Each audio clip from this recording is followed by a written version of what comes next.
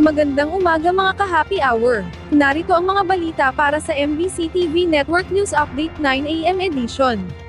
Lumang simbahan, iba pang istruktura, gumuho matapos ang 6.9 magnitude na lindol sa Cebu. Yan ang MBC TV Network News ni Dustin Bayog. Hindi pa man nakatutulog ang lahat, ginising na isang magnitude 6.9 na lindol ang Bogos City sa Cebu, isang minuto bago mag-alas 10 ng gabi ng September 30. Ayon sa Philippine Institute of Volcanology and Seismology of PHIVOLCS, namata ng epicenter ng lindol sa halos 90 kilometers ng Hilaga at 70 kilometers na silangan ng Bogos City na naunang deklara sa 6.7 magnitude bago itaas sa 6.9. Sa magkakaibang kuha ng mga netizen, kita ang pagyanig ng lindol, tulad na lamang sa dashcam video sa First Mactan-Bandawe Bridge kung saan naiwan pa sa tulay ang ilang mga sasakyan habang nagtumbahan din ang ilang mga motorista. Kuha rin ang pagkulasa ng mga residente sa barangay Sawang Calero sa Cebu City nang maramdaman ng lindol kung saan makikita rin ang pagyakad ng tila magkakapamilya habang nagtakbuhan naman ang ilang residente.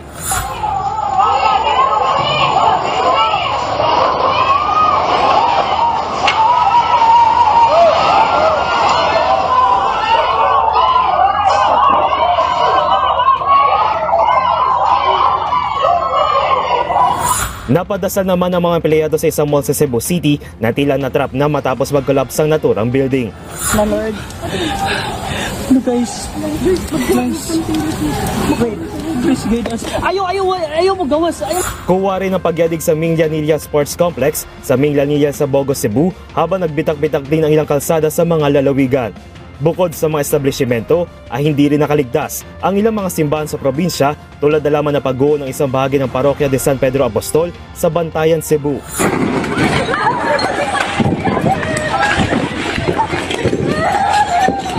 Yawa!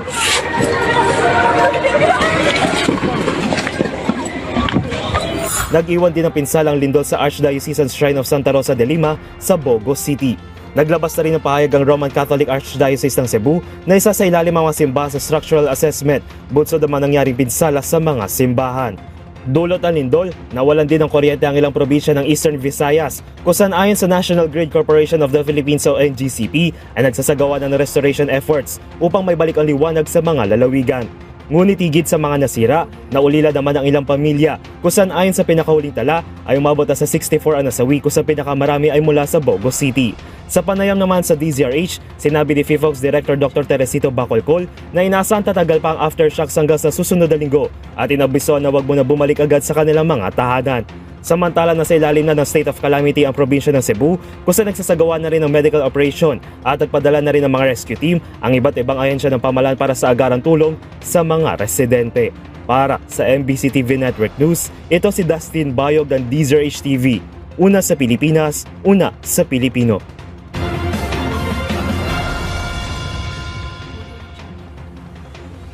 Samantala, higit 300 aftershocks kasunod ng magnitude 6.9 Cebu quake. Nagpapatuloy pa rin ang aftershocks sa ilang lugar sa Visayas, kasunod ng tumamang magnitude 6.9 na lindol sa Cebu nitong Martes ng gabi. Ayon sa monitoring ng Philippine Institute of Volcanology and Seismology hanggang alas 4 ng madaling araw, ay mayroon ng 379 aftershocks ang naitala. Nasa 100 ang plotted earthquakes o natukoy ng 3 o higit pang istasyon, may 3 ring aftershocks ang naramdaman ng mga residente. Ang mga naitalang pagyanig ay may lakas na mula magnitude 1.4 hanggang 4.8, inaasahan pa ng PHIVOLCS na magpapatuloy ang mga aftershock kasunod ng malakas na lindol. At yan ang mga balita para sa MBC TV Network News Update 9 AM edition. Abangan ang mga susunod na balitaan mamaya para sa 10 AM edition.